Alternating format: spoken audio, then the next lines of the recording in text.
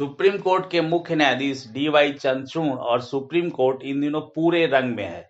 वह इस समय कई ऐसे अहम फैसले सुना रहे हैं जिससे सरकार से लेकर विपक्ष तक को मिर्ची लगनी तय है। राजनीतिक नेताओं को भले ही मिर्ची लगे, लेकिन ये फैसले संवैधानिक व्यवस्थाओं को मजबूत करने में इतने अहम है कि उसके परिणाम दूरगामी होंगे।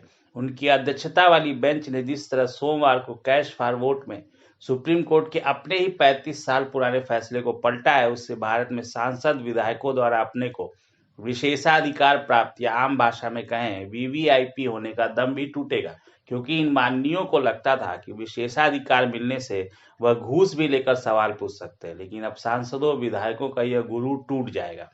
जस्टिस चंद्रचूड़ पिछले कई सालों से कई अहम फैसलों को लेकर सुर्खियों में रहे हैं। उनकी टिप्पणियां और व्याख्याएं न सिर्फ कानूनी गलियारों में बल्कि अखबारों, टीवी और सोशल मीडिया पर चर्चा का विषय बनती रही हैं। इसी कड़ी में सोमवार को एक और अहम फैसला सुनाते हुए सुप्रीम कोर्ट ने दिल्ली के राउ जेवनी कोर्ट परिसर स्थित आम आदमी पार्टी के ऑफिस को 15 जून तक खाली करने का आदेश दे दिया। फैसले पर आदेश के दौरान मुख्य न्यायाधीश ने कहा, कोई भी पार्टी कानून अपने हाथ में कैसे ले सकती है? राजनीतिक दल किसी की जमीन पर कब्जा कैसे कर सकता है? इसके पहले सुप्रीम कोर्ट ने 20 फरवरी को चंडीगढ़ मेयर चुनाव पर ऐतिहासिक कदम उठाया था। उसने चुनाव के दौरान रिटर्निंग ऑफिसर की धांधली का मामला सामने आने के बाद बेहद अप्रत्याशित कदम उठाते हुए भाजपा उम्मीदवार मनोज कुमार सोनकर को मेयर चुनाव में विजयी घोषित करने के पीठासीन अधिकारी के फैसले को रद्द कर दिया। साथ ही कोर्ट ने अदालत में गलत बयानी और कदाचार के लिए अनिल मसीह के विरुद्ध आपराधिक मुकदमा चलाने का भी आदेश दिया और आम आदमी पार्टी के पार्षद कुलदीप कुमार को चंडीगढ़ का मेयर घोषित कर दिया। इस फैसले के जरिए एक बार फिर सुप्रीम कोर्ट ने साफ कर दिया कि कानून से बढ़कर कोई नहीं है और सत्ता का नशा काफूर करना उसे आता है। अब कुछ दिन पहले और चलते हैं, जब 16 फरवरी को सुप्रीम कोर्ट ने एक और ऐतिहासिक फैसला किया। कोर्ट ने विवादों में घिरी केंद्र सरकार की इलेक्टोरल बॉन्ड स्कीम को असंवैधानिक करार कर दिया। उसने कहा कि राजनीतिक पार्टियों को हो रही फंडिंग की जानकारी मिलना बेहद जरूरी है और इलेक्टोरल बॉन्ड सूचना के अधिकार का उल्लंघन है।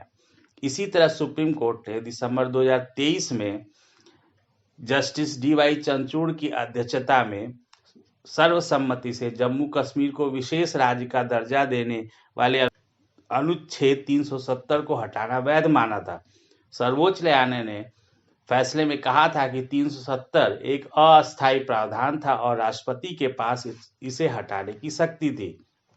अदालत ने यह भी कहा कि जम्मू कश्मीर के पास बाकी राज्यों से अलग कोई संप्रभुता नहीं है।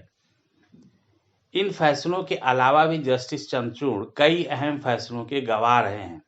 22 जुलाई 2022 को एक अहम फैसले में सुप्रीम कोर्ट ने 24 हफ्ते की गर्भवती अविवाहित महिला को गर्भपात देने की इजाजत दी थी।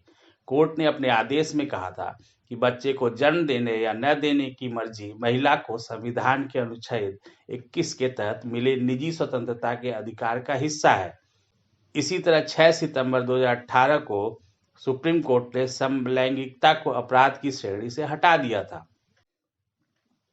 वहीं 2017 में 9 जजों वाली सुप्रीम कोर्ट की संविधान पीठ ने सर्वसम्मति से निजता के अधिकार को मौलिक अधिकार बताया था। इसके अलावा जस्टिस चंद्रचूड़ सबरीमाला मंदिर में महिलाओं के प्रवेश, लिविंग विल और अयोध्या के ऐतिहासिक फैसले का भी हिस्सा रहे हैं।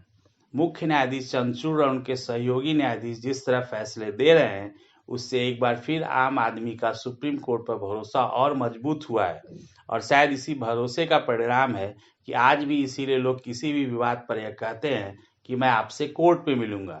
लेकिन न्याय में देरी एक ऐसा विषय है जो जस्टिस चंद्रचूड़ को भी सता रहा है। उन्होंने हाल ही में एक कार्यक्रम में कहा, फैसला सुनाने के लिए नागरिकों के मरने का इंतजार नहीं करना चाहिए।